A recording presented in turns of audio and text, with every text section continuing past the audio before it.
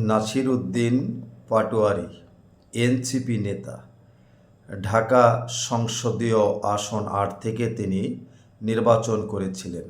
আপনারা অনেকেই তাকে চেনেন বা ইতিমধ্যে চিনে ফেলেছেন। বিভিন্ন বক্তব্যের মাধ্যমে তিনি প্রায় আলোচনার কেন্দ্রবিন্দুতে থাকেন। কোনভাবে কেন্দ্রবিন্দুতে থাকেন, কোন কোন বক্তব্যের কারণে, এগুলো আপনারা ইতিমধ্যে অনেকেই জেনে ফেলেছেন। আগে চিনতাম না, ৫ই আগস্টের পর থেকে তাকে অনেকটা চিনে ফেলেছি তার কথাবার্তার মাধ্যমে।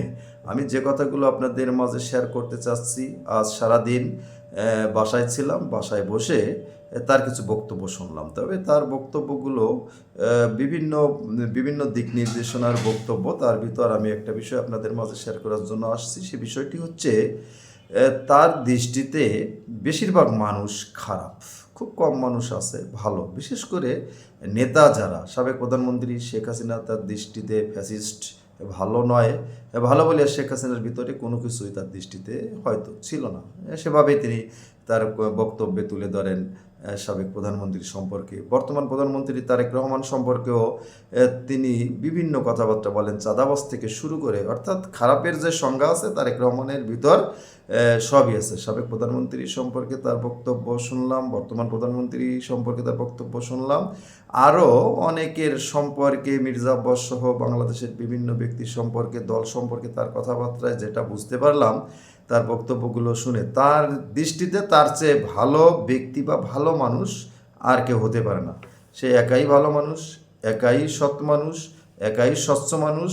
এরকমভাবে বোঝা যায় তার বক্তব্যের উপসংহারে।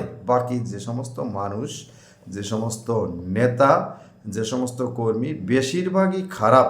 তার ভিতর আমি 2জন প্রধানমন্ত্রীর কথা উল্লেখ করলাম, এবং 2জনের পিতাও সাবেক রাষ্ট্রপতি ছিলেন, মানে দেশ প্রধানের দায়িত্ব পালন করছেন। তারা যে পরিবার থেকে উঠে আসছেন এগুলো আপনারা সকলে জানেন। বঙ্গবন্ধু শেখ মুজিবুর রহমানের কন্যা শেখ হাসিনা এবং সাবেক সেনাপ্রধান রাষ্ট্রপতির ছেলে তারেক রহমান, দুজনই প্রধানমন্ত্রী হয়েছে, এবং সাবেক রাষ্ট্রপ্রধানের ছেলে বা মেয়ে তাদের সম্পর্কে যেভাবে কথাবার্তা বলেন বা অন্য লোক সম্পর্কে যেভাবে বক্তব্য রাখেন, আসলে নাসির উদ্দিন পাটোয়ারি যে পরিবার থেকে আসছে বা কোন রাজকীয় পরিবার থেকে আসছে এগুলো ইতিমধ্যে মানুষ সবাই জেনে গেছে। তো আমি তার বক্তব্যগুলো শোনার পরে আপনাদের সঙ্গে একটু শেয়ার করলাম। আমি বুঝলাম তিনি একাই অনেকটা স্বচ্ছ মনে করেন, নিজেকে সৎ মনে করেন, বাকি কেউই তার কাছে এত স্বচ্ছ বা সৎ নয়। আপনার মতামত উল্লেখ করবেন। সবাই ভালো থাকবেন, আবার কথা হবে। নমস্কার।